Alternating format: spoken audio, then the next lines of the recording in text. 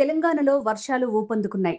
నైరుతి రుతుపవనాలతో పాటుగా బంగాళాఖాతంలో ఏర్పడిన ఉపరితల ద్రోణి యూపీ నుంచి విదర్భ వరకు మరో ఉపరితల ద్రోణి ఏర్పడింది. ఈ ప్రభావంతో 3 రోజుల పాటు వానలు పడతాయంటున్నారు. మరోవైపు నైరుతి రుతుపవనాలు ఏపీలోకి ప్రవేశించినా విస్తరించడానికి సమయం పడుతుందని చెప్తున్నారు. రుతుపవనాలు విస్తరించగానే వర్షాలు ఊపందుకుంటాయని చెప్తున్నారు. బుధవారం తెలంగాణలోని పలు జిల్లాల్లో తేలికపాటి నుంచి మోస్తరు వానలు పడ్డాయి. తెలంగాణలో వర్షాలు కురుస్తాయంటోంది వాతావరణ శాఖ. బంగాళాఖాతంలో ఉపరితల ద్రోణి తెలంగాణ మీదుగా కర్ణాటక వరకు కొనసాగుతోంది.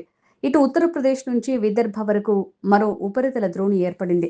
ఈ ప్రభావంతో తెలంగాణలో నేటి నుంచి 3 రోజుల పాటు తేలికపాటి నుంచి ఓ మోస్తరు వర్షాలు కురిసే అవకాశం ఉందని అంచనా వేస్తున్నారు.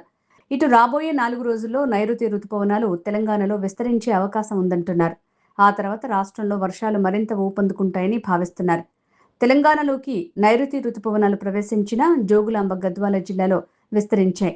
ఈ రుతుపవనాలు తెలంగాణ రాష్ట్ర వ్యాప్తంగా విస్తరించేందుకు సమయం పడుతుందంటున్నారు.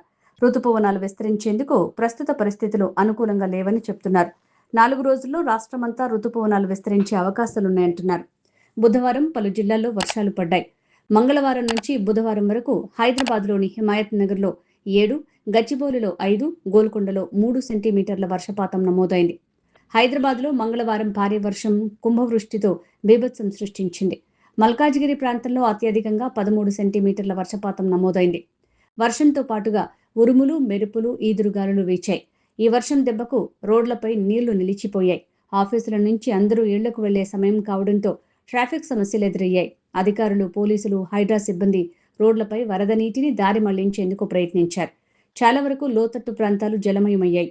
వాహనాలు నీళ్లలో చిక్కుకుపోయాయి. అంతేకాదు పలు ప్రాంతాల్లో చెట్లు కూలిపోయాయి.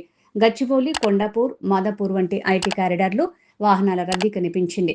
రాయదుర్గం మెట్రో స్టేషన్ నుంచి సైబర్ టవర్స్ వరకు ఇదే పరిస్థితి ఉంది.